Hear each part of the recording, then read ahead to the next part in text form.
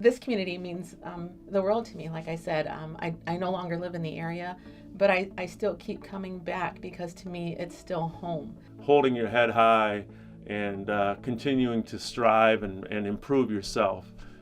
Those are the values that kind of stay with me out of this neighborhood. Knowing that even if I was very far away from my country, I wasn't alone. This is my home. The original St. Joseph's the Worker Church was built on Rumsey Street Southwest and was dedicated on February 10, 1889. The structure was home to the St. Joseph's the Worker Parish, a predominantly Dutch Catholic community. Numerous congregations have called the St. Joseph's the Worker home during the last century, but it has always served as a space of unity for the Roosevelt Park neighborhood. I was born and raised around here. St. Joseph's was our church.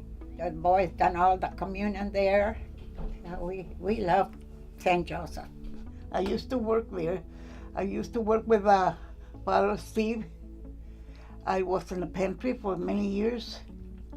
My kids used to go over there to school, and I always enjoy every minute there. And we lived in the neighborhood from the fall of '68 up until the spring of '75. There were 6 children, and we attended St. Joe's Elementary School, which was a 4-room schoolhouse sitting between the convent and the rectory. There was an annual celebration where they block off the street and have a fair and that kind of thing. My brothers and myself were all altar boys at St. Joe's, and it was always a place where the community came together every week. As the cultural makeup of the neighborhood shifted over time, so too did the church community. Yet it remained a pillar in the neighborhood and still holds fond memories for many who grew up along Granville Avenue. I've been here all my life on Olympia Street. My parents brought me to St. Joseph's Church for years. Me, my girlfriends from the neighborhood all did our baptism there, did our first communion, and it was very nice because we met a lot of people. It was like a big family, so that was the good thing, and all of us kids got together and we was all like a big family. Did all our activities together, did everything together. It always seemed like something was always going on at St. Joseph, and it was always family oriented, always wanting to bring the community together. I remember the music and just everybody just having fun, different activities there for the kids. As I got older, I found myself volunteering and kind of giving back. Everything started probably 20 years ago, and suddenly we have something come out in our family. A family member passed away in a fire. We were struggling to send the body to Mexico, and it happened to be a festival here in San Joseph, in San Jose. So I walk into their stage, and I say, may I sing a song and ask for some of your support because we are struggling? And they say, yes, of course. So I was singing that song, I telling what happened, and suddenly all the people started putting money. We raised enough money to send our family member back to Mexico. At that moment, I promised myself that every year I was going to come back and be the MC for the festival. Sister Pat and Father Steve, a big part of my family growing up. We would take Sister Pat out for Lent, during Lent on a Friday.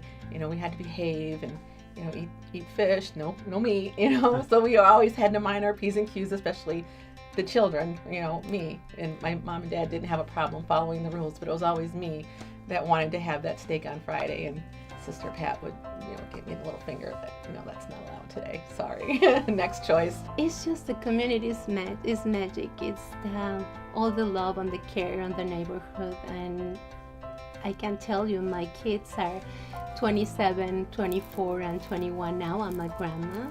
And the best memories that we have is when we all plan to visit the church. When we went to St. Joseph's, it was all good. And that was the best times, I think. Those were the best times. The old times were the best times. It's been 50 years. You know, when I first walked through those doors, it's still a part of me.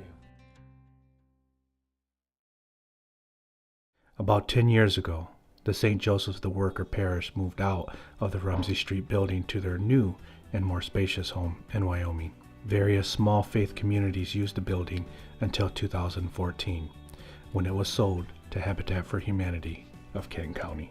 The church building has been a part of our prize, community meetings, and celebrations over the past 3 years as a way to activate the space for the community. The legacy of the church will continue on the site as part of the Plaza Roosevelt development, which will break ground later in 2018. Plaza Roosevelt is a neighborhood-driven, mixed-use development led by Habitat for Humanity that has sought input from residents to develop a site plan that reflects the community's greater goals. Neighborhood leaders have been important to the planning process and involved in all stages.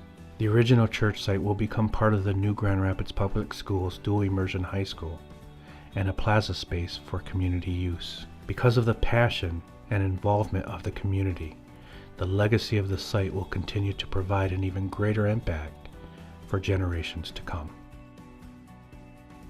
For the kids coming up now, this community is a resource for you to build your life upon, and you can succeed, and don't let the surroundings and all the negative things weigh you down. Let the Rumsey experience be a positive experience for you. That they can build so many bridges is just going to be incredible. A lot of doors are going to open for them, and I think that for our community, we truly have the next leaders not in this neighborhood, but maybe in the country.